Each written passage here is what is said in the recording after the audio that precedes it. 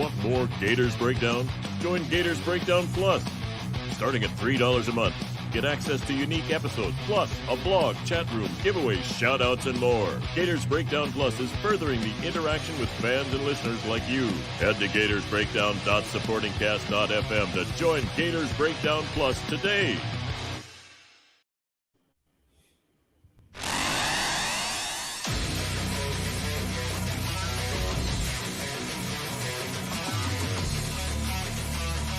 Gators Breakdown, because there's never a dull moment in Gator Nation.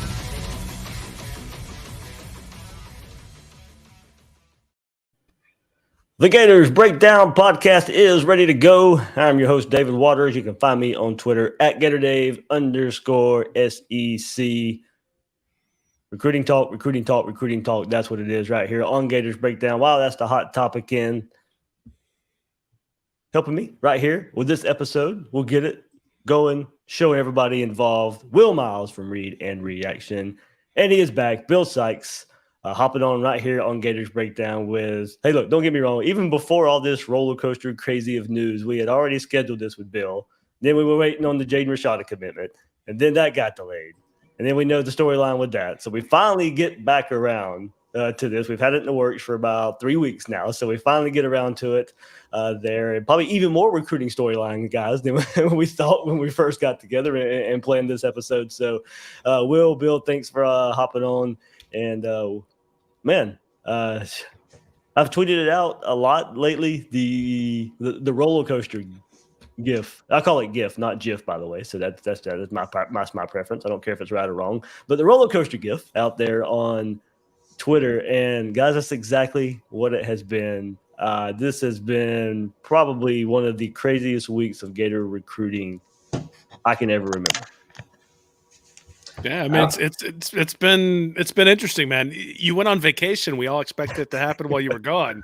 Didn't expect it to happen when you got back, buddy. But the minute you got back, the shots started firing from all directions, and enough that Napier had to release sort of a statement of confidence or whatever that was the other day. So they say it was planned before. You can believe that if you want. Okay, yeah, sure. Yeah, and like you compared it to a roller coaster. And this is kind of that point where all spring we've been kind of going up the hill, and it's clicking and clacking, and something's coming, and boom, it just let loose. And so there's some good news, there's some bad news, but the ride is now in full swing, and there's definitely some ups and downs left to go here, but things are finally starting to take shape a little bit. Yeah, we'll get into it. We'll take a kind of overall look at a lot of the recruiting news recently. And then we'll kind of we'll go in specific, more quarterback talk there, since that was the big story with Jaden Rashada committed to Miami over the weekend. And also we'll get into a little bit of just football talk. Demarcus Bowman transferring from Florida to UCF. So we'll get into some football talk. We'll definitely hit more football talk starting heavy next week. It'll be preseason magazine time. We finally get around to that after recruiting news has just kind of been a whirlwind. We finally get to the preseason magazine kind of portion of our year. We've done those for a while there, kind of dive into those. So some football talk coming up next week on Gators Breakdown. But lots to get into right here. And, we're just going to follow the storylines and we'll see where this goes. We're going to have a pretty good conversation right here. But everybody hit that like button, hit that subscribe button. It really helps us out here on Gators Breakdown. The countdown to 10,000 subscribers is on. Let's get that before the season. Hit that subscribe button. It really helps us out. Leave a comment there. All your support out there really helps Gators Breakdown grow.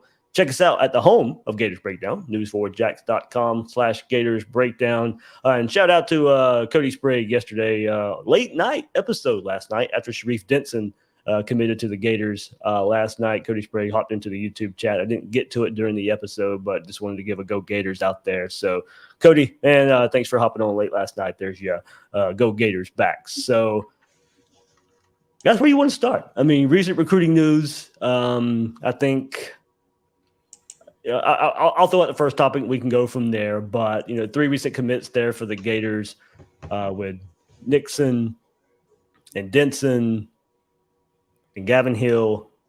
That's the 3 highest commits in the Gators class right now. So good for the Gators, to get those 3 guys in the fold. And as I said, the news was up and down the last few days, but the last 3 for the Gators, you really got to pinpoint and look at, okay, we've seen the start to the class. Look, I think we could even go back, if we want to what, February signing day, when Florida had missed on some targets and probably filled in with some guys in that 3-star range. This class kind of started out the same way until Najee Harris popped about a month and a half ago. And then the 3 recent commits are really headlining Florida's class right now. Go ahead, Will. Yeah, I mean, so I don't. Yes, it's awesome that there's 3 guys here, Nixon, Denson, and Hill, who are, like you mentioned, the highest rated guys in the class. 195, 206, and 259. Though those aren't can't miss guys, right? I mean, those aren't the top 15, top 30 guys we talk about all the time. Cornerback, not a giant area of need, especially considering Cormani McLean's still out there, and that's sort of the guy I think we're looking at. Isaiah Nixon at edge. Certainly on the defensive line, and then Gavin Hill at defensive line. That's a position of need.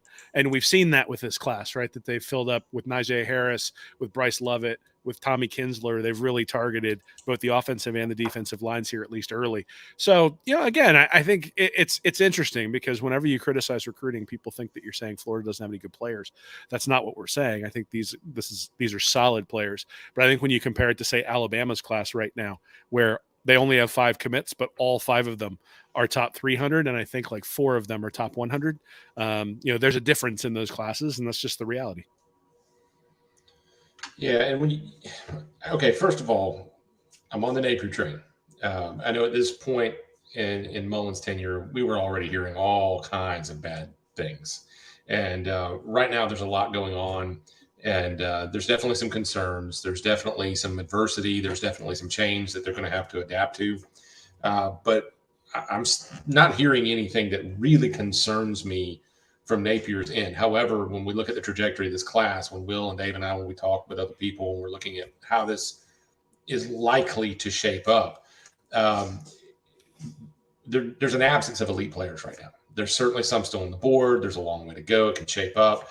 But I'm really concerned. And while I really like these players that they're adding, these are guys, kind of like Will said, these are really good.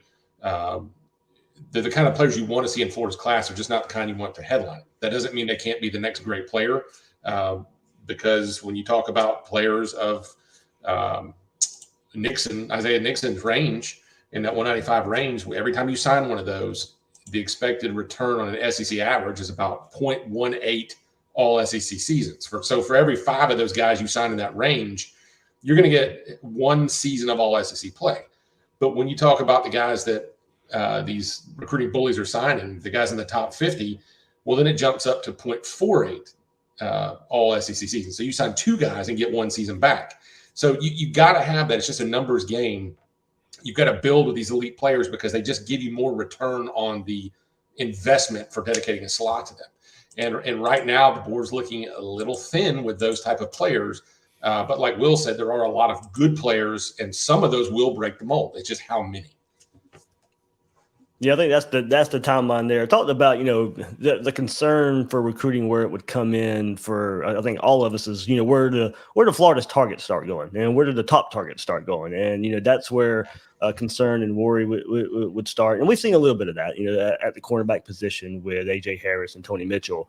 Now, those guys were always on the board, but, for us Gator fans, we're always looking at Cormani McLean up there anyway. So he's still on the board, one position there that you compare with Sharif Denson. That was kind of my thought going into this class anyway. I thought it would be Sharif Denson and one of those 5-star guys. More than likely, McLean having the inside edge on, just the in-state guy there for Florida, and growing up a Gator fan. So Florida has to nail that one when you look at it. But, Will brought up something too. Florida has hit the trenches hard there for this class. Took a little bit of a hit with Kearney out of Jacksonville or Orange Park there, committing to FSU. He would have been he would have been the best offensive lineman Florida would have had in the class that he committed to Florida off of his visit this past weekend. But Will bringing up the trenches being there, especially much better as far as star ranking and average goes on the defensive side.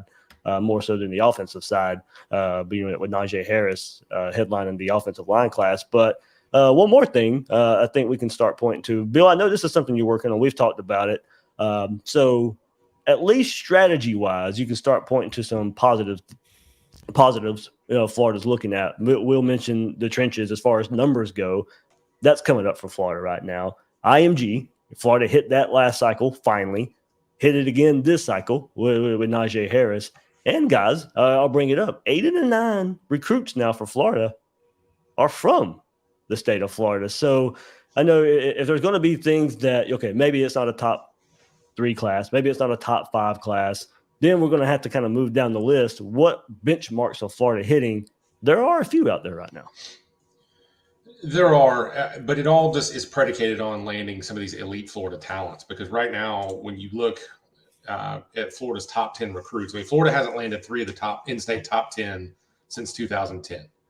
It's been that long, and they've hovered anywhere from 1 to 2, I think once or twice 0. But right now, McLean's the number 1 player in the state. And even when you adjust it down for IMG guys that are out of state, you've got Baxter that's at 12, and he would still make that top 10 when you add the 4 IMG kids from out of state.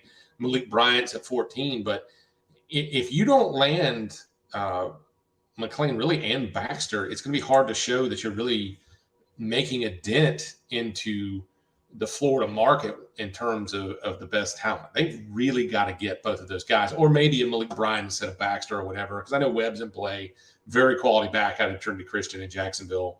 But that is a little bit of a concern to me, and particularly at offensive line when you've got Malagoa, who I know he's an out-of-state IMG kid, but when you go down the list of the out-of-state IMG kids, they're not all going to home state schools. Miami is in on a ton of them. You got Lucas Simmons out of Clearwater. That should be a UF-friendly area. He's 13th best tackle in the country. Looks like FSU or USC for him right now. You got Rod Kearney out of Duval County. No, he was at Clay County, North Park. Yep. Just committed to FSU. They really needed that guy. They got Peyton Kirkland in Orlando. That's not a done deal. And you got Clay Whedon, who's a really quality offensive lineman out of Tampa, 21st interior offensive line in the country, just committed to Michigan State. And I got to be honest, I'm a little concerned about that. I mean, you dedicated 2 of your primary staff spots to offensive line coaches. I've been singing the praises of that all spring. You got several secondary staff guys. Right now, Will, I'll let you tell me, do you see a marked difference in the projected offensive line class from what we've seen in the last 4 years? No, I mean, I don't see a marked difference in the class than we have the last 4 years. Yeah, and Will said that in his article, by the way. So you guys, if you haven't read it yet, but I did read it, and I thought it was fair. And I'm excited about Napier again, and I think maybe this NIL thing gets figured out. I'm not, trying to throw shade on anybody in the program, any aspect. I know there's a lot of people working hard to figure this out. I'm just telling you that it looks like it might take a little more time than we thought, and that is concerning.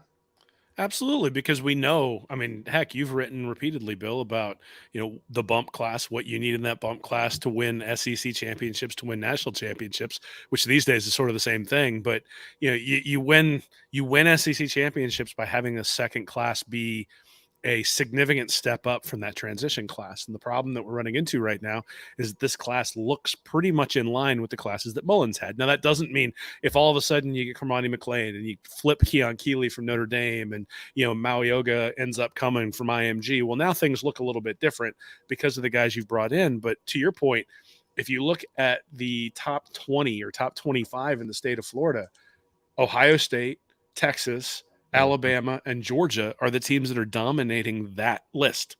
And yes, if Florida gets Kermani McLean, they get the number 1 guy in the country, or number 1 guy in the state, but they haven't gotten him to commit yet, right?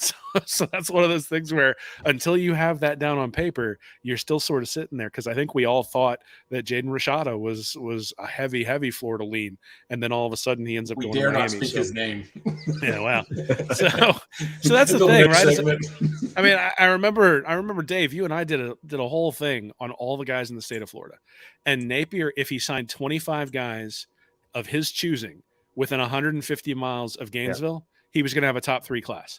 So what based on historical averages, and, it's going to be something like 4 or 5-star kids and 18 4-star guys. The average rating was going to be like 94.5 or something like that.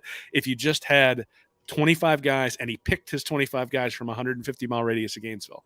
Well, I mean, the reality is that's what you have to do, right? You have to lock down that area of the state. And, to your point, Bill, that hasn't happened yet. Now, again, I think this has always been one of those where one of the issues that we had with Mullen is that the process never seemed to be sound. And so when you got poor results, you said, okay, well, not only are we getting results that are sub-elite, but we're also not seeing a process that turns that around. I think a lot of what we've heard about Napier coming in and putting his process in place gives us some confidence that he's going to be able to do that.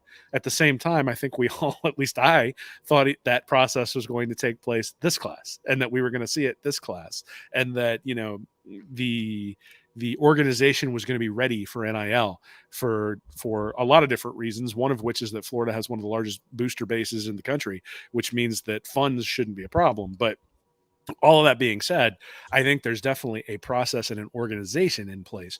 The question is it optimized to bring home the return that you need in the state of Florida? And as of right now, the answer is no. Now, again, I think one of the things that's a danger, and in fact, when I looked back at some of the stuff I wrote about Mullen, I think I was a little bit wrong in terms of jumping on being critical in June, because if you go back and look at historical classes, if I'd have looked at Nick Saban's bump class back in 2007, 2008, whenever that was, if I go back and look at his bump class was right around this rating in June. And then all of a sudden he started bringing in elite level guys and he wound up with a top 3 class in that second year.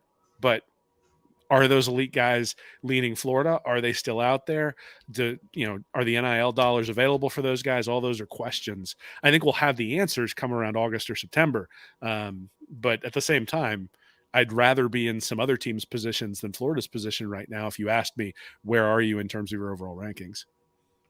Well, you bring up a good point there too. You talk about questions, talk about answers, and look, there's a lot of questions that are flying out there right now. Why is Florida not getting Roger Kearney? Why is Florida not getting Jaden Rashada? Why is Florida not getting Pup Howard out of Jacksonville, who committed to South Carolina and out of state school? So I don't think there's no easy answers right now, especially this early in the process for Billy Napier.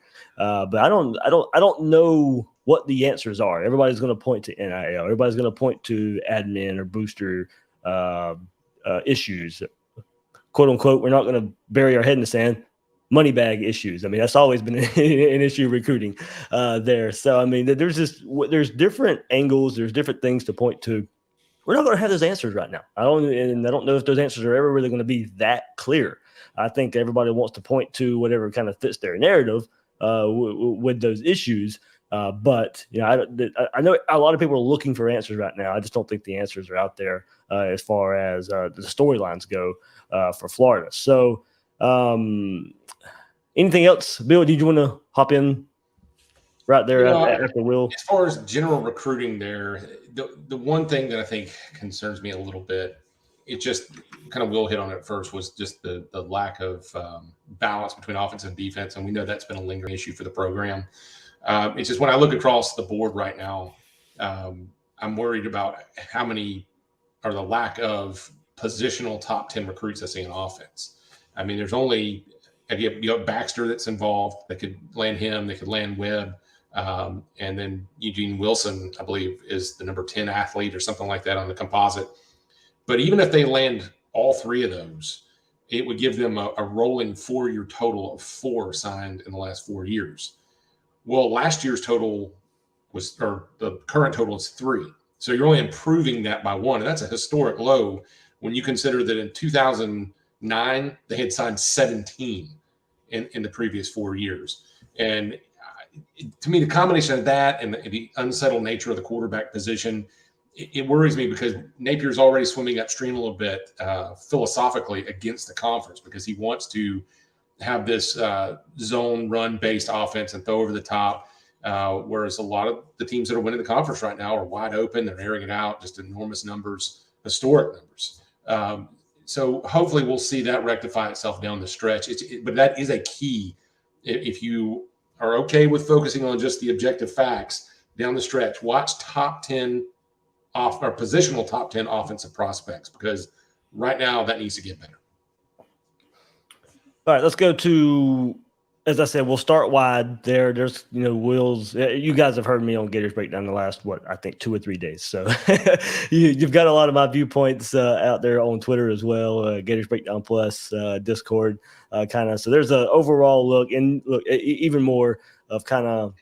Well, there are a couple things I want to go to in your article before we kind of dial into quarterback recruiting and that storyline. But quote there, Will, but we do need to deal with reality when it comes to recruiting situation. And that reality is that while there is still time for Napier to put together an elite level class, the time is starting to wane. And until things really start going, the noise is going to stay in the system until kickoff in September. So yeah, that's just kind of rehashing something you said here, Will. But these summer months kind of important. We get a really good gauge of where Florida's going to be when they kick the ball off in September. But one more time, Will. One more from the article. I titled this article with a question about whether it's time for patience or time for panic.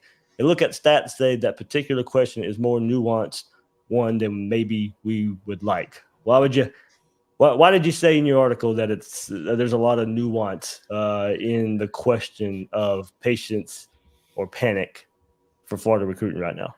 Well, I mean, I think it's because in many ways Napier has a PR problem, and it's not his entire doing. I mean, he's coming in after 2 straight administrations who struggled to recruit. And so, the people who looked at Jim McElwain and said he's going to be able to win with top 10, top 15 classes and, defended him have sort of come over to the side of we need elite players.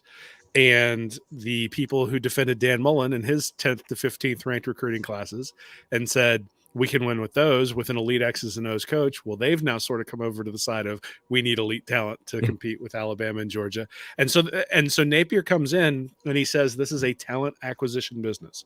And the minute he said those words, he set an expectation that he understood the problem that was at hand and that he was going to solve it. And so, we get to a point where I'm looking at it right now and I'm saying, you haven't solved that problem yet. Doesn't mean there's not time to solve it this cycle. It doesn't, but I think it's going to be really, really difficult with the guys who are left on the board and the guys they already have in their class to get into that top 3, top 4, top 5. You're really going to be stretching it to get to 6th or 7th. Is that good enough? No, I don't think so. But if you get to 6th or 7th with a couple of elite level guys in the class, are you recruiting better than Mullen? Yeah. So the reason it's nuanced is showing progress good enough, or is the expectation that recruiters recruit and you should be recruiting with Kirby Smart and Nick Saban in year 2? And if you're not, then you're never going to get to that level. I think there's quite a bit of evidence that suggests that might be the case. And so that's why it's nuanced, right? You hope that things will be able to turn around. It's not like Napier's going anywhere, right? But at the same time, the problem statement at Florida was very clear when Billy Napier got brought in. The reason Dan Mullen was gone, yes, things fell apart last year. But the reason Dan Mullen was gone is because there wasn't hope around the program that's associated with a team that's recruiting at a very, very high level. Napier is expected to bring that hope. And until he does, then that's going to be the question. That's going to be the monkey on his back. And that's going to be the prevailing narrative. So the noise in the system isn't necessarily Napier's fault, at least not altogether, but it's a culmination of really the last decade of Gator football where, we're essentially the Auburn of the SEC East at this point, in comparison to Auburn and Alabama over in the West, right? And does Auburn come up and bite Alabama every once in a while? Yeah. Is that good enough for Auburn fans? Not really, by the way they've treated Brian Harsin over the last year or so. And, that's sort of the issue that you run into with Florida as well. So, one of the things I think I made a mistake back in 2018 was essentially saying Mullen wasn't going to get the job done in June. Now, it turned out that was true, but I think that was too early. I think we still have a couple of months before we can say that definitively about Napier, but he can't bring in any more 3-star prospects and expect us to sit here and go, oh, well, that's fine. We'll just make it up. Because what it ends up meaning is you have to hit on everyone to get those elite level guys in. And that's where he's at. Like, he can maybe miss on one more elite prospect he's going after and get into that 6 or 7 range. But if he brings in another 3-star guy, you're sort of sitting at that place where it's just not going to be possible to get a class that's much higher than Dan Mullen got in year 2. And the expectation when Billy Napier was brought in, is that portion of the program was going to be upgraded. Hey, can I add on to that?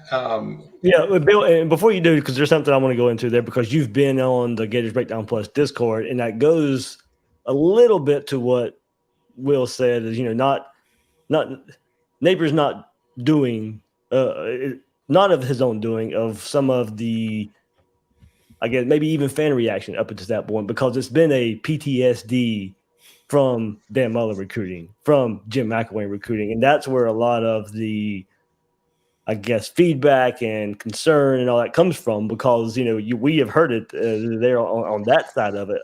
Say, look, there's maybe even sometimes not a lot of hope, because they don't want to get their hope up because of what happened with Dan Mullen and Jim McElwain. Hey, I feel the same way, but when I came after Mullen and when I came after Jim McElwain, I would just like to reiterate, as much as people accuse me of just being negative or whatever, there were real reasons I was doing that. You guys wouldn't believe, even today, some of the things people were telling me that were going on behind the scenes. And so, I was willing to kind of charge into the horde or whatever to tell people, and look, I'm not suggesting that I'm like super inside man and hearing everything. If you've got reasons where you're saying, hey, there are some very concerning things that Napier's doing, that's fine. I want to be objective, and I'm willing to dialogue with anybody about that, and I'm not going to criticize anyone for being either positive or negative. I do think people need to, I'm not going to tell you to calm down. I'm not going to tell you not to be concerned, but let's be fair. And so unless there's an objective, factual-based reason to assign blame to anybody involved, yep, so let's hold off till we get those facts. But then again, that doesn't mean that we don't call this what it is. And we're at a point where we need to see some improvement. The trajectory in the numbers is concerning. It's certainly not definitive. It's not over, but it is time to start discussing at this point and say, hey, we're at that critical moment. It's about to go one way or another. Yeah, I mean, it's not for a lack of trying. It's not for a lack of organization. I mean, we have all heard too much about that side of it. Yeah, he's not wearing Darth Vader costumes. He's not camping out in California except for Jaden Rashada, which is reasonable. Right. And I think that's where a lot of the frustration comes in, because we know things are different. Things are a different approach is being taken. And as kind of we've laid out here, the results so far aren't equating to an improved recruiting staff, an army of a staff, a whole lot better organization. We're not going to hide behind that fact. It is a lot better as far as that goes. Oh yeah, but here's my concern though. Yeah, my number one concern above all else right now relates to timing, and there's three reasons, and I'll make this quick. One, we've documented well about the bump class. This is the golden hour to recruit and with immunity. Number two, there's one shot to make a first impression between the fans and the Gator Collective and these efforts to crowdsource this funding. And I just hate it that they're experiencing adversity right now, that I've had several people that are like, this isn't what I signed up for. I'm like, hey man, invest, stay the course. If you believe in that, don't let this get you down. Don't be a prisoner of the moment here. We got to see how this goes. But number three, this is essentially a game of amassing clusters of elite talent. Okay. And I've written about this at Will's site, how every champion has that one kicker class that gives them at least three, but sometimes four, simultaneous elite all SEC performances. You need that core. And often, most of the time, those are accompanied with an adjacent class kicking in a couple, sometimes a class on either side of it. The problem is you have to play the numbers game, and it all comes back to loading up and getting those high percentage raffle tickets that are the elite players. The more of those you get, the more chance you have to pop on multiple players like that. But in this class of 2023, these guys are the best shot to win that elite class now, and they're not going to be fully emerging until at least their junior year. We've done the math on that too. And so you're talking about year 4 for Billy Napier. But if this class falls short and we're saying, well, next year is the year to break through in recruiting, now that talent cluster is most likely to come from a class that won't even be juniors until his 5th season. So timing begins to become a real tightrope walk, and you start saying, well, wait a minute, how is he going to hang on until then? However, if he does improve the process like we're talking about, if he starts to get up into that 6, 7, 8 range, We see the fruits develop. We see some life on the field, and the process looks good. Then maybe he does get years 5 and 6, even if he hasn't won the championship. Maybe he can be one of those rare exceptions to the rule of having to win in the first 3 years, to win in the conference, that is. So I'm very concerned about it, but that doesn't mean it's impossible. I would really like to see him break through this year for that reason. Well, and I want to add one thing there, which is that, if you look at Jimbo Fisher, who's probably the best example of somebody who recruited at maybe this level. So he was 17th his transition year and then jumped up to 5th, then 6th, and then 9th. And then obviously this last sliced bread class that was first. And he's gone 9-4, 8-5, 9-1, 8-4. And if so, really, granted, the West is a little bit more difficult than the East, but his pedigree at Florida State and the fact that they promised him like $75 million guaranteed, but both of those things are why Jimbo Fisher still has everybody on board going into the 5th year, along with that elite recruiting class that he just brought in, right? But that sort of goes to what you're saying, Bill, is that in some ways the national championship and multiple BCS bowls and all that stuff at Florida State sets the stage for him to get that time at Texas A&M. And, is that time going to be possible? I mean, everybody was calling for Will Muschamp to be gone after that 2012 season, even though his recruiting was actually pretty decent. Now, unbalanced and other complaints and, didn't know how to pick a quarterback or an offensive coordinator, all that stuff. Jim McElwain gets forced out during the Georgia game there in his 3rd year. And then you got Mullen lasting 4. So the idea that somebody who's generally unproven from Louisiana is going to get 5 years to prove himself is... Nope. Yeah, stay out, Will. Get out of here. It's weird. We've had that happen a couple of times recently. We'll have to bring him back in here. I don't know what the issue right there is, but yeah, that's happened a couple of times there. But there he is. Okay. Will, it happened again. I don't know, like 1 hour every 2 times. I know. I don't know what's going on. Anonymous is trying to take us down, man. They're a bunch of stars don't matter hackers. So all of that's just saying that, at the end of the day, I think we're all looking at this as a critical juncture, and that the timing for the patience of the fan base for what happens on the field is limited. And so that's one of the reasons why this is so important. And then the other aspect is, and Bill, you've talked about this a lot, is now is the only time you can recruit without anything on the field where someone can say something negative about you. I've done a little bit of work, not as much as I would have liked, but I've done quite a bit of work on, that showing it on the field doesn't necessarily translate into recruiting success. That first year, if you go out and you go, 9-3 versus going 6-6, like it doesn't make much of a difference. We're actually seeing that at Texas right now with Sarkisian, right? I mean, coming off a 5-7 season, he's got Arch Manning coming there and a top 5 class. So the idea that you're going to see a 9-3 or a 10-2 season translate into elite recruiting, I think it's fool's gold. I think it's going to have to be process. It's going to have to be build. It's going to have to be patience from everybody in terms of what's on the field. Now, we're just as guilty as anybody of not being all that patient, but that's kind of because we understand what's coming on the back end if you don't deliver here. And, again, that doesn't mean that, like you said, Dave, we've heard plenty to know that things have improved. The question is, improvement still doesn't beat Alabama, and improvement still doesn't beat Georgia. Georgia, Alabama, and A&M have their own processes that they've put in place, right? And it's like when people talked about development under Mullen, I'm like, yeah, Kirby Smart's trying to make his players better too. Like Mullen may be better at it, but maybe not, right? And if you have better players to start with, well, that helps things out. So, it's sort of the same thing from a recruiting perspective. It's not as though Nick Saban said, oh, well, Billy Napier's in Gainesville, so I'm just not going to try to recruit people in Florida. In fact, we know that's not true because a bunch of the top 25 in Florida are going to Alabama. So, yeah, it's a critical juncture, and hopefully he's able to turn it around because it's going to be difficult to defeat both the noise in the system, but also the noise from all the other programs around if you're trying to turn around recruiting in your 3rd season. A lot to take in there. I mean, as I said, there's no easy answers to this whole thing right now. I think, probably, and Will, I know going to it's not a top 3 class, not a top 5 class. So already time to, adjust the timeline for instant success as far as, what history shows of getting that bump class and it, like as Bill said, trying to transitioning into, what you can do with that class 2-3 years from now.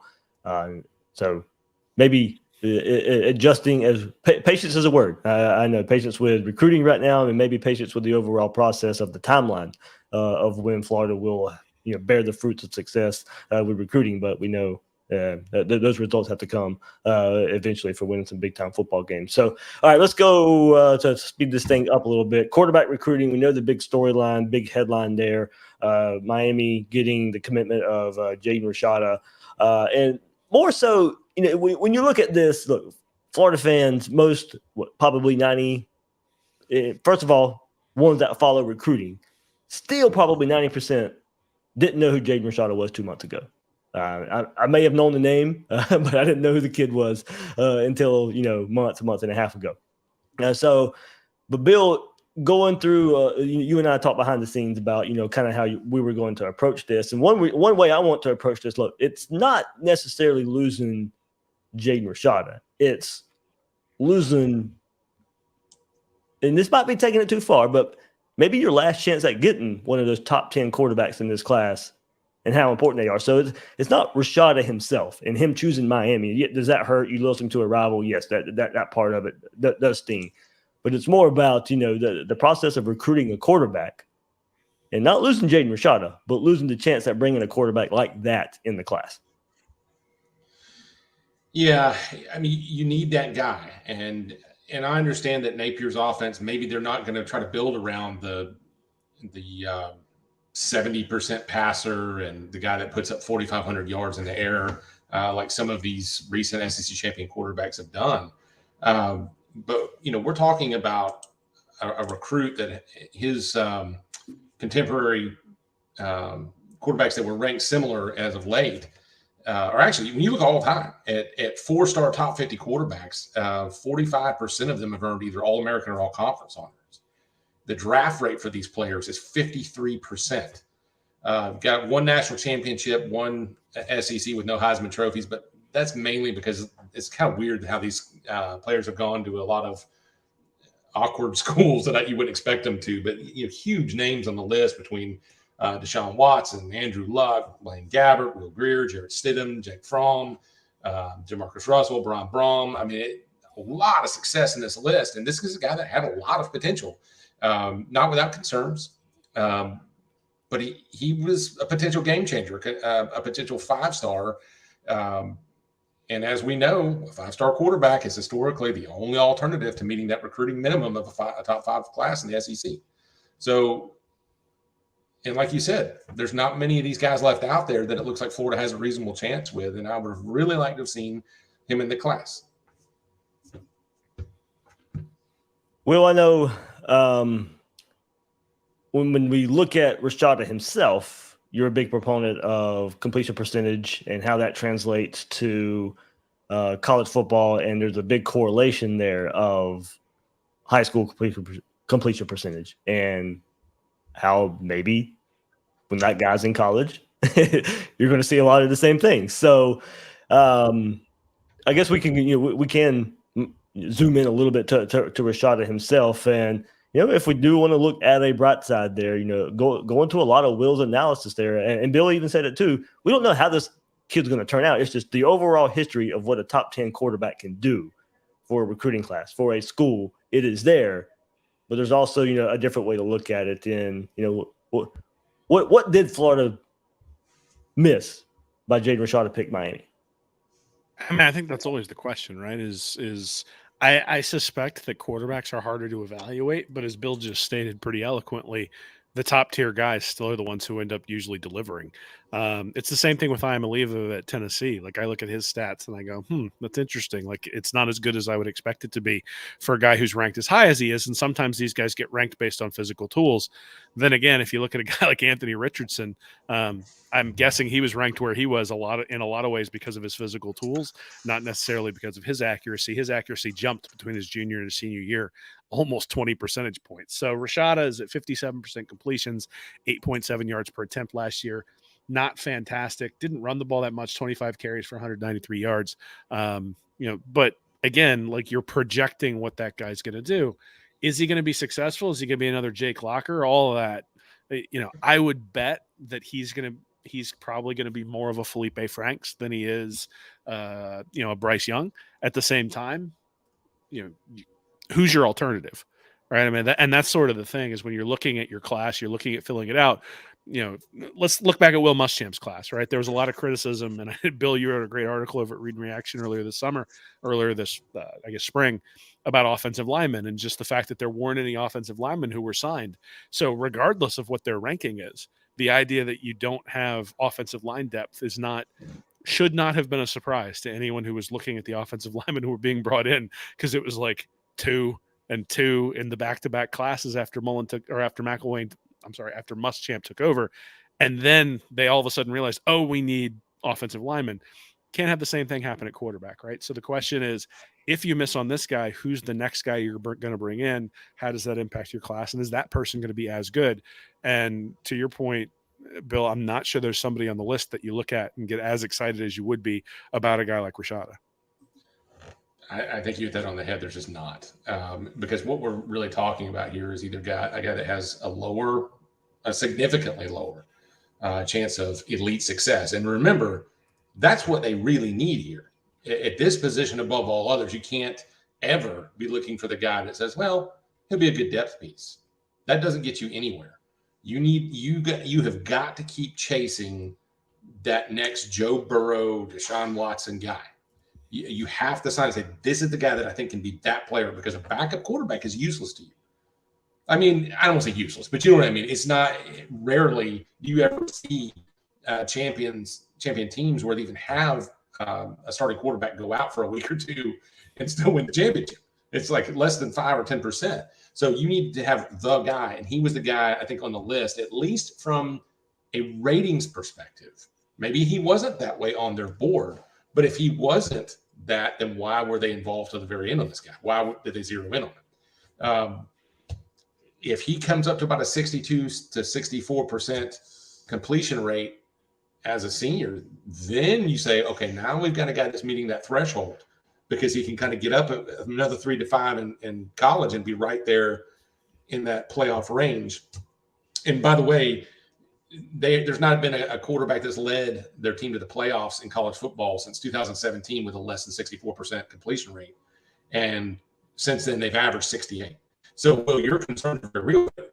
Just like Anthony Richardson made that big jump in high school, that's not impossible. And then he would have the tools, the completion rate, the pedigree, and then you say, you know what, we got a decent shot here. Yeah, that recruitment there was, I'm telling you, that was the craziest one.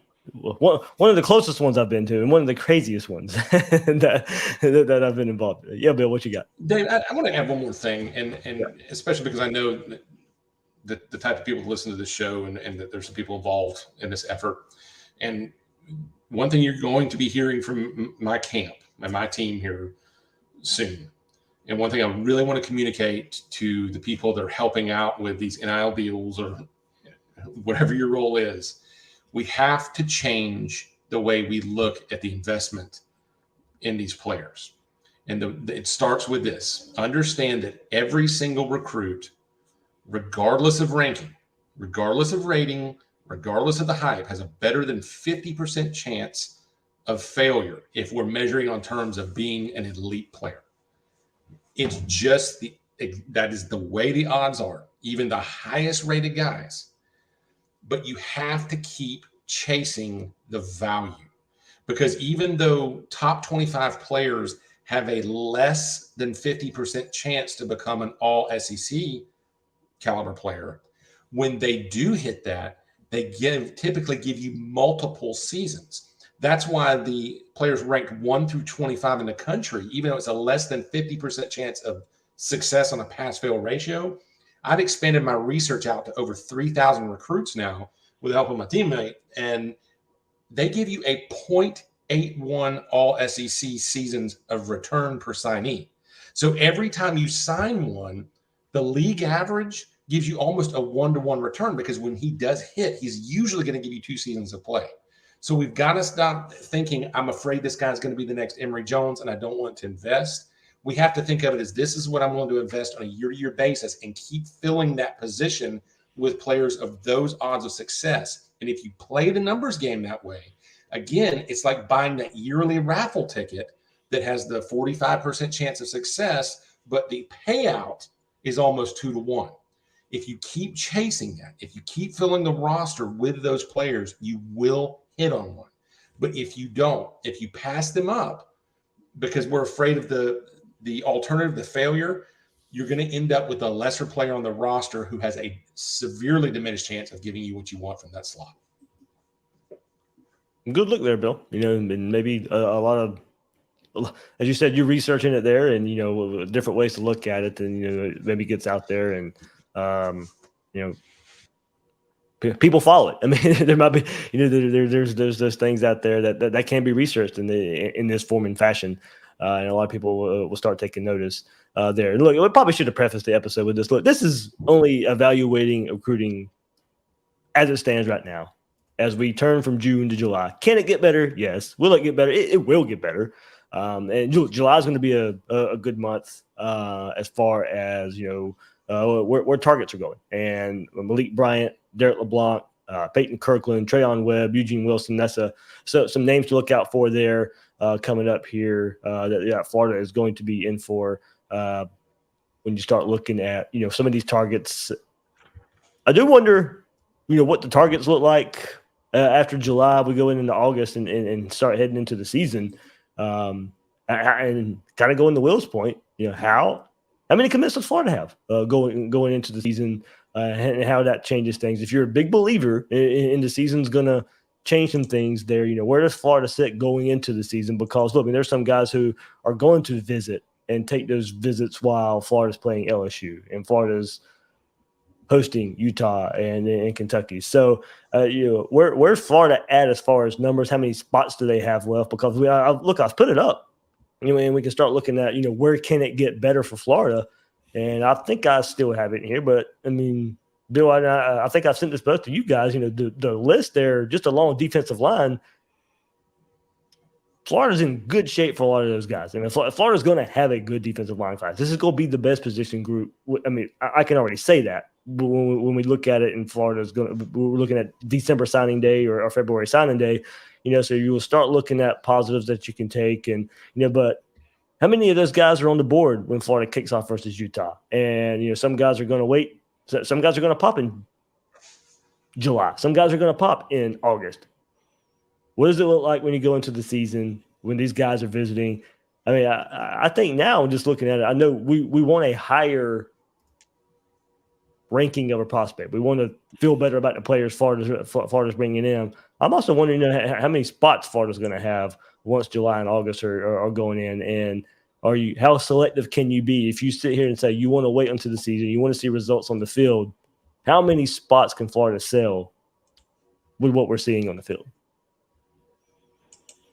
Yeah, I mean, I don't think that's – I know people want to believe that if they go out and play really well on the field, that influences the recruits that they bring in. And maybe it does, one recruit or a second recruit or something like that. But at least from an overall class perspective, that doesn't seem to impact things very much when I've looked at it in the past. Now, I haven't looked at it over the last couple of years, but in 2018, I looked at this pretty extensively and said, look, it just doesn't seem to make that big of a difference. And just, before you go there, and maybe we can relate it to the past topic, I do think that can happen at quarterback.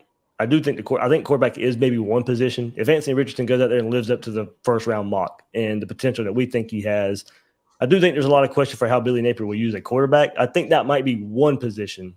As you say, if you're saying, can it change one guy? Can it change two guys? Because I'm like you, it doesn't make that much of a difference. But I do think if we're going to look at the one or two guys that it can, Anthony Richardson goes out there and has a big season. Maybe some of these quarterbacks out there do take a second look at Florida. Maybe. I mean, but again, I go back and I look at Mullen, and if showing it on the field was going to translate into recruiting, we would have seen it there. Richardson was not ranked in that top tier of quarterbacks coming in. I think once he got on the field, we immediately saw maybe he should have been. But, Emory Jones was rated at that point. Kyle Trask played for 2 years and was sort of an afterthought in a class that Jim McElwain put together. So, from the standpoint of offensive success or just success in general convincing a quarterback. That hasn't happened yet. Now, maybe Napier is a much more skilled recruiter and is going to be able to use that to his advantage and be able to make that turn. There you go. That goes to 2 points. We were wondering, okay, well, the organization, everything that's better behind the scenes. All right, maybe you compare that with the results on the field. Like I know I'm cherry picking. I'm just playing devil's advocate. Just to go out the other way. I've already agreed with you. There's too much research out there that says the results on the field really show much. But maybe the results of all the organization and the army of staff pairing that with a successful season, maybe that is some kind of lightning rod to turn this, to get some of those top guys out there. Well, Florida had that moment when they beat FSU in 2005 as they were building Meyer's legendary 2006 bump class. And at the time they were like, oh, this was the win that, broke it over. But really what you were seeing was the late fall culmination of an overwhelmingly intense recruiting effort. And so, maybe we do see that breakthrough and people might attribute it to that. If, let's say, they somehow end up beating Miami soundly after an optimistic season, they go and play them in a December bowl game or something. I don't know. But realistically, kind of to Will's point, like if there was ever a demonstration of showing it on the field at a specific position, it would be like Mullen saying, look what I did with Kyle Trask in 2020. And then they went out and signed Carlos Del Rio Wilson and Jalen Kitna. And maybe Kitna's the next one like that. I'm not knocking him. I'm just saying, but he wasn't like a highly sought after prospect. Evers was in the fold as well. Well, so the other thing, class. Okay, go ahead, Will.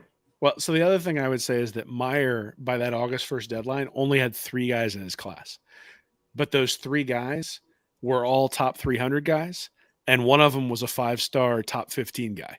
So from the standpoint of the quality of recruit that he had, by the time August 1st came around, you went, okay, he's being selective because he's got 3 guys in the fold, but they're all guys who are, what we would now consider Alabama level recruits or Georgia level recruits, right? And so then you look at what happens at the end of the year, and yeah, he's got a lot of those guys on there. He ends up with 18 of his 24 total recruits in the top 300. You look at it the next year, he was 7 out of 10 in the top 300 by August 1st, and he ends up 19 of 28, so 68%. And then you look at Muschamp, it was the same thing, 8 of 12, and then he gets 15 of 22. And if you go into the McElwain and the Mullen years, it ends up being much leaner on the front end and much leaner on the back end. So that's really, I think, where we need to be looking at over the next month or so, is who is Napier able to bring in. If he signs 4 or 5 more top 300 guys, and again, I'm thrilled that he's got guys like Nixon Gates and or Nixon, Hill, and Denson who've come in, because those guys fit that profile of top 300 guys. Now they don't fit the profile of top 15, and that's something that's going to need to improve as well. But it is starting to move in the right direction. So this is one of those where I think I look at it and say, what we really need to look for at this point is improvement on Dan Mullen's bump class. And that's probably the best we can hope for coming out of this particular cycle. So let's set our expectations there, right? Which means 6th or 7th, a couple of 5-star guys, some elite level talent, and maybe the depth is a little bit lacking, and maybe the top end is a little bit lacking. But in terms of the quality of the players that are being brought in, there are some guys who do fit that profile, like Bill's been talking about, of being able to return multiple all-SEC seasons. And then you look at that and go, okay, now we need to build on that and see what happens. But to compare this to Meyer's class back in 2006, where the floodgates open after the win against FSU, the reality is that he didn't have an average player rating of 89.3 when he was going into August. He had an average player ranking of like 94.5 going into August. And then that just carried on through all the way through the class. And you see that repeatedly. You see it when you look at Saban, you see it when you look at Smart, is where they are in August and September from a overall player rating perspective is where they finish up. They might only have 6, 7, 8 guys in the class, but when you extrapolate that out to 25, it ends up being basically the same quality of player the entire way. There's not a lot of wiggle room by the time you get to August. By the time the ball gets kicked off, half of the classes have already been filled out. And quite honestly, the other half are sort of just enjoying the process, but many of them have already decided where to go as well. And to be fair, Dave and I were talking about this too. It is a lot to expect Napier to come in, even with all he's done, and to come in and just immediately hop back into an elite status in this context. These are uncharted waters with the NIL. I think everybody here would agree that there's at least some impact on these situations with Rashada and some of the guys they've lost that originates right at the money point. So with that being the case, I'm willing to say, okay, look, if we get to the end of the year and he doesn't have a top 5, but the process looks good, it looks like the effort is relentless, and it shows like real significant progress. Like this doesn't look like a Mullen class. It looks like they're fixing things, that this is paying some dividends, and they finish in that 6 to 8 range. I don't want to see reach. I don't want to see reaches on signing day of guys we know who are never going to get in this class.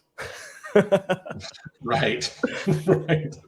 Yeah. I mean, I want to be reasonable. I just also have to be objective, because if I'm not going to do that on here, then I don't need to be on here.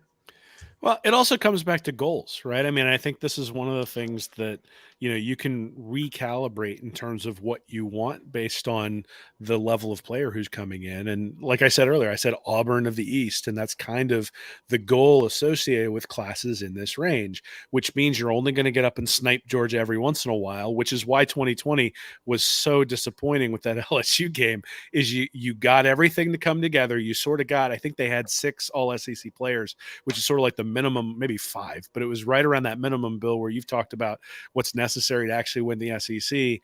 They get Georgia. They're able to beat them on the wheel routes repeatedly. They win that game. You're going to the LSU game. You win that, and you end up getting to play Alabama for the SEC championship, and everything is sort of cresting at the right time. Instead, you lose that game to LSU. You lose a close one to Alabama where the clock management at the end was terrible. You get blown out by Oklahoma, and things haven't really been the same since. And I guess my point is that the expectations need to be that you're going to have to build things slowly if you're going to do things that way, which means you got to have patience with the on-the-field results. You can't panic if the on-field results are not what Nick Saban had at Alabama or what Kirby Smart had at Georgia. It's not going to be that way. So if you look up in 2 or 3 years from now, Napier's 0-3 against Georgia, we're all going to sit there and go, that's unacceptable, but that's kind of reality, right? And you're going to have to snipe them a couple of times and be patient in order to win. Now, again, I think you need to see sort of what they've seen at Texas A&M, right? I mean, if Jimbo had brought in a class that was like 9th or 10th last year instead of 1st, people feel a lot differently about what's going on at A&M because he keeps going 8-4. Right. Yeah. And you go 8-4, 8-4, 8-4 with that one outlier in the 2021 or the 2020 season where they go 9-1, and you're bringing in classes that are 9th or 10th. And I think people at A&M would be getting antsy. The reason the noise quieted down at A&M is he just brought in 8 5-stars in this most recent class. And so Yoda says that's good. And that, and that, look, I mean, the reality is 4 or 5 of those guys are going to be all SEC players just by the numbers who just came to A&M this year. Now they probably won't do it this year, but next year, the year after, 4 or 5 of those guys are going to be all SEC players, which means you only have to supplement with a couple of other guys from different classes in order to have an elite national championship level roster. And that's the reality. So it's not that you can't get there. I mean, again, I think Jimbo Fisher has kind of in some ways laid the groundwork for this, but it has to be a continuous improvement over time. And you're going to have to be patient. It's going to be one of those things where the rivals are going to be making fun of us potentially for going 8-4 repeatedly. And you're going to have to say, we're building something here. We're being patient. And that's just a different goal and a different way of building than Saban and Smart have built. And whether that's the right way to build, whether that's an effective way to build, those are things I don't know. But again, I think the fact that the process is different gives me a little bit more confidence. You might be able to build slower. If the process was Bill was getting messages from recruits that they couldn't get the phone number of the coaches, then I'd be concerned, and we're not hearing any of that sort of stuff. No, a couple thoughts on that. First of all, Texas A&M just bought a lot of raffle tickets with very good odds. They're probably going to win a national championship. I think about 80% of the team or 85% of the teams that have had number 1 classes overall in the history of recruiting rankings have done it. I mean, there have only been a handful that haven't, including Florida back in 2010. But here's the problem. As much as I know there's a lot of people right now, and you're not one of these, I'm not lumping you into that. And they're like, oh, the fans are, going to drive recruits away. And Florida's got the worst fan base. And when the firing talk starts for a coach, they say, this is why we can't have nice things. You guys chase off all the good coaches. The reality is that it's not the fan patience that really matters at the end of the day. And I think you're right. I think you're absolutely right about what you were saying. The problem is, just like the bump class gives you that immunity for recruiting in that first full cycle, the inverse is also true. When you get to year 4, the fans have probably very similar thoughts to the recruits. They're people too. They're watching the same things we are. And it's not that the recruits are being influenced by us. They're looking at the resume of the coach who's had 4 years to win a championship and hasn't gotten it done. Just like you have the immunity in year 1. Think about trying to fend off negative recruiting after you've been there 4 years. And now Kirby Smart is saying, look at this guy. He's had 4 years to get it done. He's never winning a championship. If you go to that school, you're never going to win. Come to my school. And so that becomes a problem. And it's just another stark reality of trying to win in the Shark Tank of the SEC. So I think you are right. I think about everything you just said. We've got to have patience if it's going to go this route. Now, we might have a clear answer beforehand one way or another. Maybe we do start getting those calls. Or maybe he breaks through, makes history, finds a new way to win, because that's always possible. But the clock is always ticking from the moment you set foot on campus. And the most important group of people that impacts is the recruits. Yeah, that's a good way to look at it too. Because we've always talked about, the instant success, and history shows if you're going to win the SEC, you're going to do it early. That's just been history ever since that. At least for Gator fans, when we want to go and date back to 1990, like we always have, if you want to win the SEC, you usually win it pretty early. What was the 2 coaches that haven't? Fulmer and Tuberville. Yeah. Well, and those aren't exactly the model of the program that we want to emulate, right? I mean, do we really want to emulate Elmer Fudd? Is that really what we're going for here? Well, and they did it with a 5-star quarterback in a top 5 class.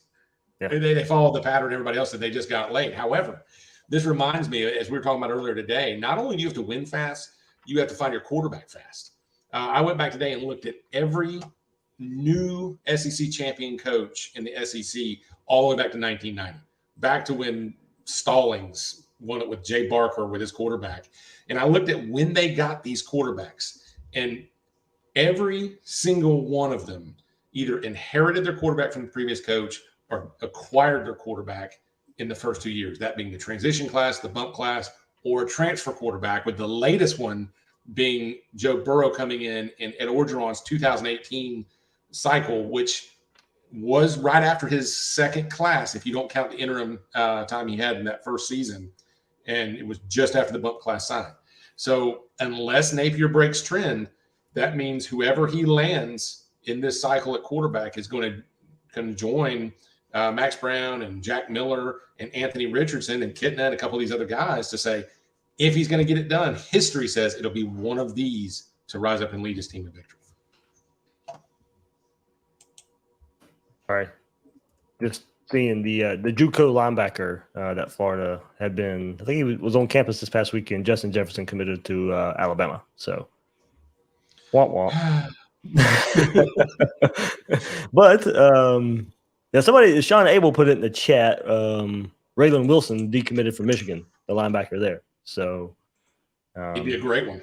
Yeah, I think it's Georgia's going to be in on that battle. Florida's going to be in on that battle. I have to go back and look at more, but I know that it's kind of been rumored for a little while. So, but he does finally commit from Michigan. So, hey, can I offer a homer opinion here, like a sunshine pumping opinion, real quick? Let's go. I know that's rare, but this is another thing. All I want to see, with the exception of in the trenches, we definitely need a very deep defensive line class as far as the big defensive linemen need to load up on offensive line. But there was a lot of people, really even up to the last couple of weeks, that when you're making their fan mock classes and talking about who they should land, they're talking about, they need to land A.J. Harris and McLean and probably Tony Mitchell too, or at least 2 of those 3. Give me one elite player at every position group, and I'm great. Outside of the linemen where, they've got some depth issues and you just need to load up year after year. But if you give me that one number 1 receiver, give me that one marquee back, give me that one 5-star cornerback from Lakeland, give me a Raylan Wilson type at linebacker, I'm happy. Because if you do that, your class is going to be loaded. There we go. I mean, there's a possibility right now for Florida on that. We've kind of mentioned the names there, so something we should definitely be looking at in the weeks and months ahead. So, In July, Bill, we've been hearing rumblings. July's supposed to be a big month, a good month. So we'll see where that goes there for the Gators. So I know we were a little over an hour right now, but since we teased it, we'll talk quickly about it. Guys, Demarcus Bowman, one of the 5 stars that Florida had on the roster, transferred away from Clemson, didn't do much there. Comes to Florida, didn't do much at Florida. Now, we know all about the running back rotation last year and all the mismanagement there and all that, but goes to a spring practice here at Florida. Then right here in June, announces he's going to transfer. Then not long after that, announces he's going to transfer to UCF. So we'll start with you. How do you think this affects Florida? I don't, overall, and I mean, losing Demarcus Bowman, how many wins is that? How many wins is he worth? I don't know. I think I try to put that value on a lot of players. It's a lot about accumulation. I don't know if Florida's record's any different this coming up season. If Demarcus Bowman's in the backfield, Florida's got a deep backfield. Florida's got a lot of options there, but still, right here, do lose that home run potential that Demarcus Bowman could potentially bring. Yeah, I mean, it's one of those things where you look at it and Montreal Johnson gets brought in. Lorenzo Lingard sounds like he sort of, at least wrestled away the starting job there in spring practice and then, pulled a hamstring while he was out there on the field during the spring game. But, Bowman was at least going to be 3rd on the depth chart, maybe even 4th behind Naquan Wright, especially when you consider how good of a pass catching back Naquan Wright is. And, I wouldn't want to be the 4th guy on a roster like that either if I was Demarcus Bowman. Now, the place where I think you'll miss him the most is I would have guessed he would have been able to make a real contribution on special teams, returning kickoffs, returning punts, those sorts of things, where a guy with home run potential, get him the ball out in space. That's not something Florida's had over the last couple of years. I mean, Xavier Henderson can do that, but he has not proven, and he's been very consistent back there, right? But he hasn't proven to break, significant runs, or it's not Brandon James back there catching the ball, I guess is my point. So, that was maybe the place where I really thought Bowman might be able to differentiate himself is on special teams. But yeah, I mean, again, all the hype for Bowman based on his high school tape is justified, but any hype for Bowman at this point based on college tape is there isn't any. So what do you do with that? You look at it and say, look, if he's not winning the job in practice for whatever reason, then, I think we lost our 3rd or 4th string running back. That makes a difference. But if it wasn't Demarcus Bowman and his 5-star pedigree, we'd say, oh, okay. We'll figure it out. And right. I think that's sort of where we're at. It's like, oh, okay, we'll figure it out. Yeah, and like I kind of said, is I'm starting to detach myself from the loss, I guess you would say, or I don't want to call him a bust. I mean, he may have a successful career, but when you don't get the expected return. Now, this guy's with the transfer, and as you guys know, I've been hesitant to equate the potential added value on an apples-to-apples basis between 5-star transfers and 5-star high school signees, but they're just not all going to work out. And I mean, sure, he led the team in yards per carry, I think, with 5.8 yards per carry, but he had 14 carries. He didn't have a touchdown, didn't have a reception last year. It just didn't work out. And I think we all knew there was a chance of this. I know a lot of people were optimistic because he is a former 5-star coming in from Clemson. But you had to know that this wasn't a sure bet when he left his first program. It's just the way it goes. Yeah, as I said, for Florida, you look at it, what it does for this team now, and as Will said, you can make the case he was 4th on the depth chart. I mean, the staff, from what I can really tell, really likes Naquan Wright, even though he was limited, very, very limited in spring. Very high on Lorenzo Lingard and what he did. Of course, they're high on Montreal Johnson because he was at Louisiana with him last year and brought him along with him now at Florida. Now you got ETN coming in for this class as well. So, that if numbers are not going to be an issue for Florida this coming up season at the running back position. And maybe he just wanted to go out there and get some more playing time. He was buried on the depth chart, or at least going to be sharing a lot of carries with these running backs. So either way you look at it, when you were at least going to go 4 deep. If you're Demarcus Bowman, you're thinking, all right, we're going at least going 3 or 4 deep with me right here. It's not maybe I won't necessarily say maybe it's a good thing for Florida, but maybe it's a good thing for Bowman to go get another fresh start. And look, if he lives up to that 5-star potential, he's going to go and dominate UCF in the schedule that they play. He'll be a difference maker right there for UCF, and you got one that I don't think should take too long to see. Yeah, I mean, the other thing is that he committed to Dan Mullen, right? I mean, he committed to that Yeah. offense. He committed to Dan Mullen. He didn't commit to this scheme. He didn't commit to Billy Napier. And I don't think we should be surprised when Napier comes in and they're going to be players who either his system doesn't fit or as a coaching staff and from a personality perspective, they don't fit. And, it sounds like that might be what happened here is it's, Bowman loves Gainesville, loved his time there. And at the end of the day, it wasn't a good match between him and the staff. And that's okay, right? I mean, you're going to have that sort of attrition. It's just that Bowman came in with so many bells and whistles when he decided to transfer in from Clemson that everybody knows who he is. If it had been, if it was a 4-star running back who was ranked like 325th, we'd be like, oh, okay.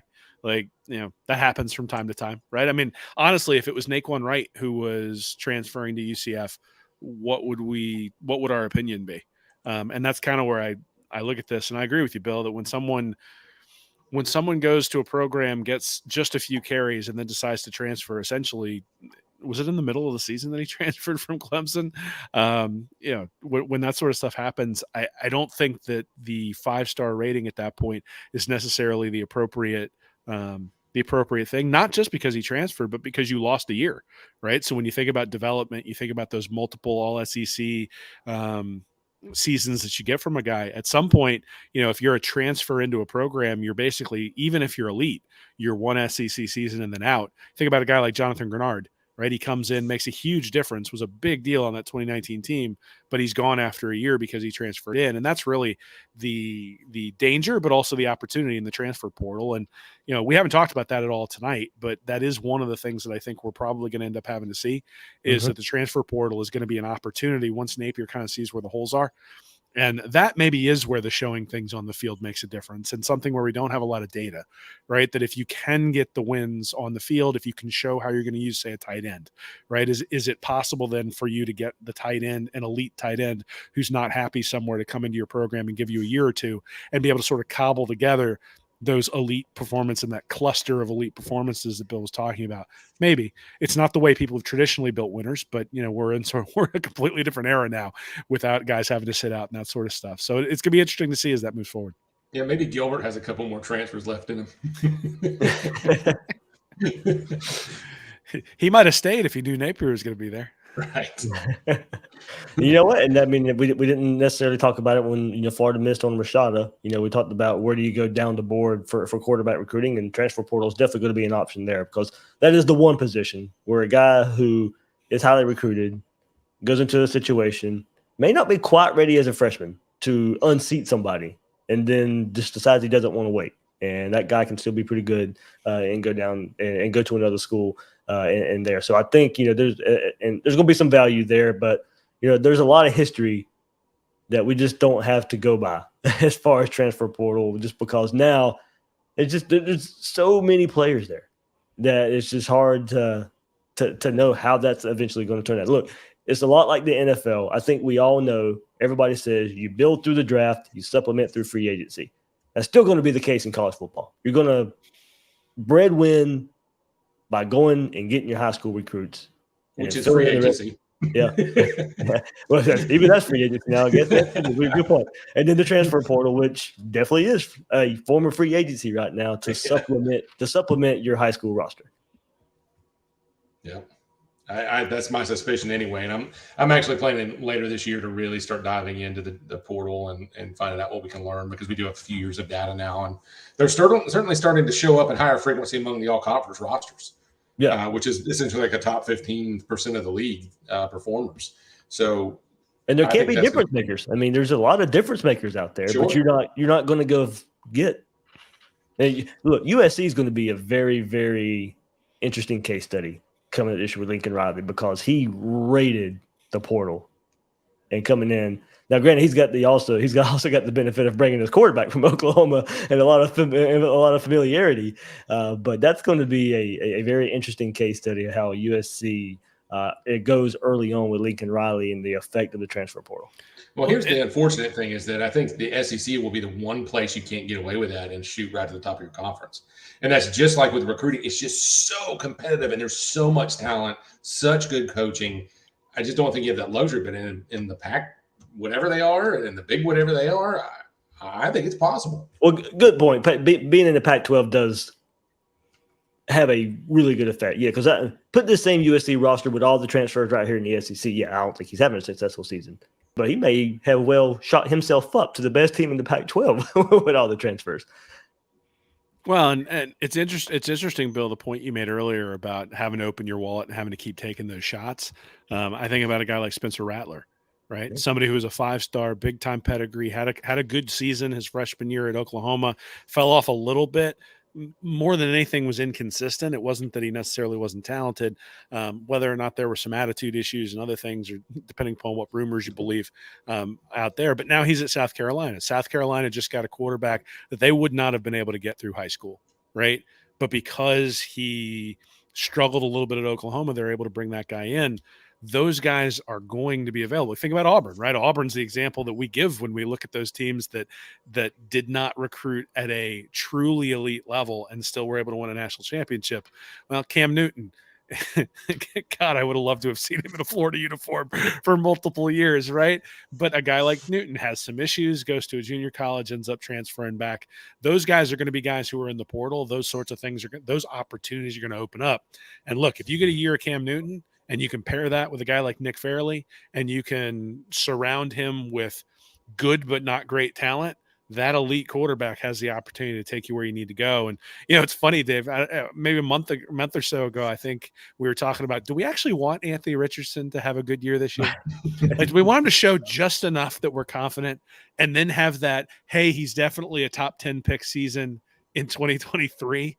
Because quite honestly, that's when all of a sudden the roster situations and the depth and some of the new guys are going to make some contributions, and maybe you have some 5-stars who can come in and make an immediate contribution, a la Tebow there in 2006. And, you start figuring, how do you piece that stuff together? And one of the things that can paper over some holes is an elite quarterback. And so I'm sitting here, and it sounds really weird to say, and I don't like saying it, and I'm going to be rooting for Anthony Richardson the whole year, but in some ways, him being inconsistent to where he needs another year might be a good thing from a timing perspective, if you think that he has the capability of potentially being that Cam Newton type guy who can carry you the same way Newton did Auburn. Just got a franchise tag him for a year before he goes to the draft. Redshirt him. Easy peasy. There you go, Will. He's gonna have a great first 4 games, and it's gonna be like, all right, redshirt, I'm getting you back next year. I'm thinking like a 1 year, $30 million NIL deal. No, it's not yeah, that is an interesting point, right? I mean, and we haven't talked about that at all.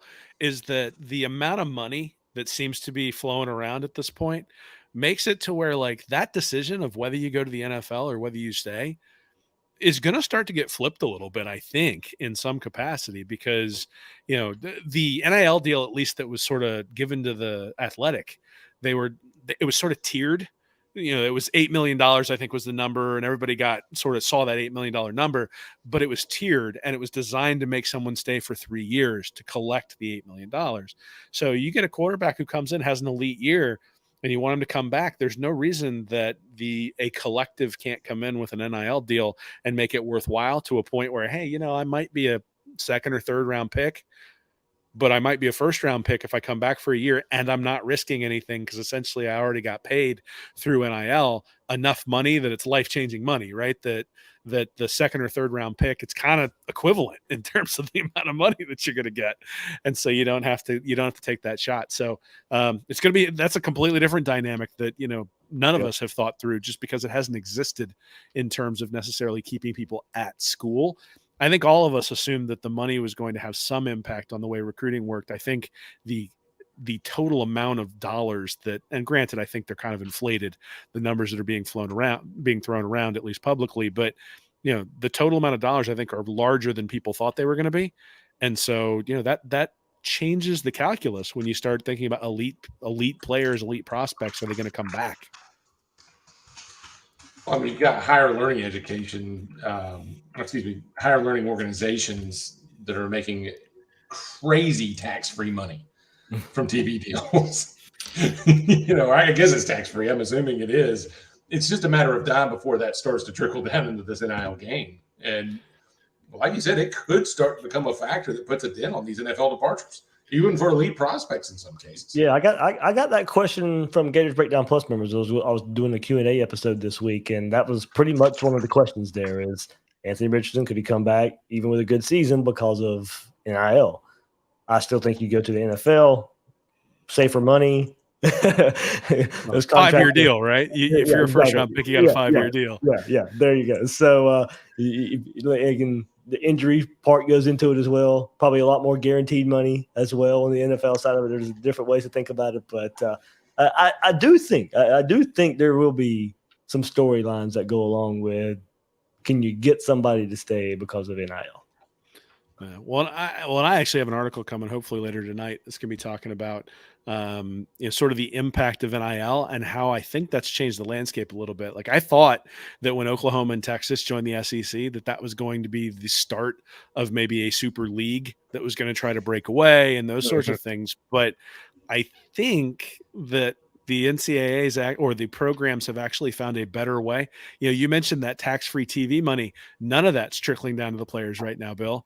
And if you think about how those administrators are compensated, it's kind of based on how much of that money comes in, right? And so maximizing revenue is the goal, not necessarily winning on the field. And it's interesting to see. I do wonder whether the NIL is going to change that a little bit in terms of, we've already seen it with the NCAA not enforcing its NIL rules, basically sending out sternly worded memos anytime they feel like somebody is sort of running afoul. Like, they're trying to avoid any sort of litigation like the plague.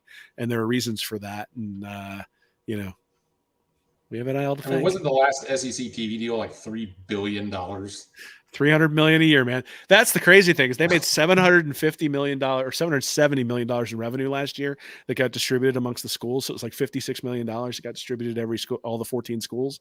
And when that kicks in, they will go over $1 billion in revenue just because the TV deal is going to take them up to that point, because it's going to be $250 million extra over what they were making with CBS. So, you think about that on a percentage basis, and all of a sudden, $8 or $9 million to a player doesn't sound like that much. So here's the question: how many attorneys nationwide are sitting there right now plotting about getting in the ears of the players to either unionize or demand a share? Quite frankly, I don't blame them. It's just a matter of time, in my opinion. But it's a question of how long can you hold that off? Because as of right now, the schools are having their cake and eating it too, right? The players are getting paid, and so the players are less likely to bring litigation, and the schools are not having to make the payments, right? Someone else is raising that money to make those payments. And so it's, people for 25 years have been talking about how the players need to get paid. And it took Brett Kavanaugh saying the NCAA is not above the law for NIL to come around and actually start to, start this process. How much long? And that's what, 10 years after the Ed O'Bannon case, where that made our NCAA video game go away. And so you think about like the progress. It's slow. So if you're an administrator who's 55 years old and you have the option of pulling the green light on, let's collectively bargain with these players, or let's milk every last dollar we can get out of this. They don't want to be the decade. So from the standpoint of like, it's really. I think I tweeted at Darren Heitner. He had something about, the NCAA needing to enforce its rules when it came to NIL.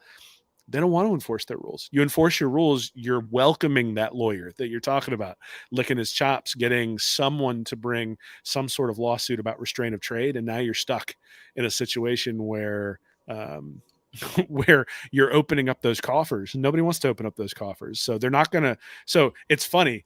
The NCAA can keep releasing these memos about how they're going to enforce this rule. They're not going to enforce the rule. Heck no, man. And, I even read an article that was very eloquent several years ago that said the NCAA really didn't ever want to stop the cheating. They wanted to keep it out of visibility to keep players from understanding their market value. Because if you establish your market value, it becomes easier to say, hey, look, I'm an employee, and they could challenge their amateur status. Well, that cat's out of the bag now, and so the dominoes are falling. Well, except again, if you look at this, they're essentially freelancers. The NIL is like a piano player who takes money to do a concert at the concert hall in Gainesville, right? The University of Florida doesn't owe that piano player workers' comp, doesn't owe them health insurance, doesn't owe them pensions, doesn't owe them, long-term disability or any of that stuff, right? Once you have an employee, once you have collectively bargained negotiations, all of a sudden those things come into play as well. Think about where I work. Like, yes, I make a salary, but there is a multiplier for my salary that has to do with all the health insurance, all the disability, all the workers' comp, all that sort of stuff. And those things cost real money. And as of right now, they don't have to spend any of that. And so there's an incentive to keep this structure in place. So yeah, but you're an exotic dancer, so it's a little different, well, that's coming on the Read and Reaction YouTube channel later tonight, folks. VIP. But don't you guys think that that's ultimately where we're going? I mean, this whole NIL thing feels like the last resort to keep that disconnection from employee status in me. And I think it's a matter of time. I think so, but at that point, do they even have to go to school anymore? Are they student athletes? No, but and the thing is, it's hard to feel sorry for these universities when they're signing $3 billion deals. Oh yeah, don't get me wrong. I'm not. Yeah, that side of it. No, that's part of it. I'm just saying. There is a. Because they're going to bring the house down for sure. I think that's where. Like we always say, out of an 85-man roster, how many of them are many of them are making it to the NFL? Not many. Exactly. So there still has to be a university, school, academic side to this. There has to be. We may have our chance to play football at UF. or just go ahead and admit that these guys are done after college, quote unquote, college football. You can't call it college football anymore. If football played at the college. There you go. At UF football. Oh man. Oh, good one, guys. I know it went pretty long there, but I might as well just go ahead and say, hey, it's going to be an hour, but we always know it's going to be an hour and a half a week. Hey, we're passionate people, man. We have things to say. That's right. Yeah, and by the way, I did. If anybody was wondering what Will was talking about, I was letting my Yoda visit the screen. I always do that on the show. I don't know if you'll ever notice that. So if you when Yoda was mentioned by Will, if you're not watching the YouTube version, you'll have no idea why Will brought it up. But Bill, here, hold on, Bill. Let me full screen. There you go. And then this was mine when I was a kid. This was my Really? Empire Strikes Back Yoda when I was a kid. It's the only one I got, like my only little Star Wars toy. It's a puppet. A lot of people don't probably know I'm a Star Wars nerd. So was Bill. Me too. Yeah, he sits on my desk. I'm not sure Will's the biggest Star Wars nerd as you and me and you are. No, I have 4 kids. I don't have time for that stuff. Like I'm trying to survive, not blowing my brains out when I hear the Coco Melon song for the 45th time. Get them on Disney Plus, man. There's lasers and monsters. Get your kids into Star Wars. He's not 2 yet, man. It's the little guy is the little guy. Put it this way, Elmo makes him quiet, so that's the strategy. I understand, buddy. Star Wars makes me quiet. I still hate The Last Jedi, by the way, but I like all the new stuff. Hey, all the criticisms aside, oh man, I'm so excited for Utah. Yes. Yeah, that's gonna be so much fun. Like, Yep. Again, it's the Mullen era had sort of run its course. I'm excited to see this new stuff coming up. And you mentioned Bill Napier's trying to run an offense that's different than the other folks in the SEC. And there were plenty of people who looked at Spurrier and said, "Oh, that'll never work here," and looked at Meyer and said, "Oh, that'll never work here." And so I'm curious to see where the buck and the trend really gives Florida an advantage in a lot of different places. And we aren't playing Eastern Washington game 1, so for all the different criticisms and all that sort of stuff, it's just we're only a couple of months away from real football, guys. It's getting exciting. Man, sneaking up on us. But that's I know. Next week we're going to hit football next week, preseason magazine talk. But I just got my email today. Hey, David Waters, you're ready for ST Media Days, and I was like, yeah. So there we go. I mean, it's football. It's football time. But man, speaking of Utah, I haven't put out an official announcement or whatever, but I'll be giving away 2 tickets to that one for to me and Will. Gator. I got about 2 more now. Hey, the raffle tickets are rigged, guys. Don't. Like I said, you guys just keep buying them. Yeah, there we go. Well, I'll be giving away 2 to Gators Breakdown Plus members, so that'll be coming up in the coming month or so. So we'll go ahead and put it. I'm not giving them away. Like I'll choose a winner, but you're not getting them till like the Thursday or Friday of the game because I don't want somebody selling them and they're not a Gator fan or anything like that. So I'm going to give you very little time to get rid of them if you win them. Once you accept that you want them, You're not getting them till like the Friday before the game. And do they have to show up at Harmonic Woods and take care of all the shenanigans that go on there? Well, hopefully they do anyway, but everything's digital now anyway, so I have to just send it to them. Well, I think you plan on being for. I am coming. I am in negotiations with my wife to bring my 7-year-old to his first game. So that's the hope. That's why I'm excited about it. He's been asking now for about a month, and I was like, well, we'll see. If he keeps asking, then we'll do it. So we're about to pull the trigger on some plane tickets here in the next day or two to get down there, and it's Labor Day weekend, so we have an extra day to sort of hang out while we're down there, and it'll be his first game in the swamp. So I'm excited. I think I'll be down too, but we'll see. Yeah, work is always a challenge. Yeah, so we'll see. I'll have to make sure I have soda in my cooler for the little guy for when we're doing Thunder. And then negotiations. We'll get Michael Caspino on the line, and maybe he can then shout out on Twitter how unorganized we are. Saul Goodman. I don't know, man. That's been weird. Like, I'd be so pissed off if I was a recruit and all of a sudden found my NIL deal in the Athletic. Yeah, like that would not sit well with me. So I don't know. I'll tell you this right now. There was purpose behind that little shade through at Florida, and I don't think it was just frustration. I think that was a shot across the bow to try to get his way in the future. It was a weird situation for sure. I don't think it's going to work. Hey guys, I could have had him on the. He could have been here with us. He could have been our fourth guy on the podcast. He messaged wanting to come on the podcast. I didn't even respond to him. So, but what a weird thing. Yeah. Anyway, all right. We're kind of rambling on here, but there we go. That'll do it for this episode of Gators Breakdown. Bill, Will, anything else? No, man. Ready for some football? Yeah. Speaking of football, let me throw it up one more time. If you haven't got to check it out yet, guys, there you go. Will Miles, Nick Knudsen, preview magazine out there. I'll do it again next week while we do the Athlon Lindy's preseason magazines. But readreaction.com/mag if you're if you're tired of recruiting, there you go. You just buy this, get the PDF, read all about football. But we'll be football heavy starting next week on right here on Gators Breakdown. But Florida Gators preview magazine right there from Will and Nick. readreaction.com/mag. All right, that'll do it for this episode of Gators Breakdown. I'm your host, David Waters. You can find me on Twitter at GatorDave_SEC. For Will, for Bill, thank you for listening to this episode of Gators Breakdown.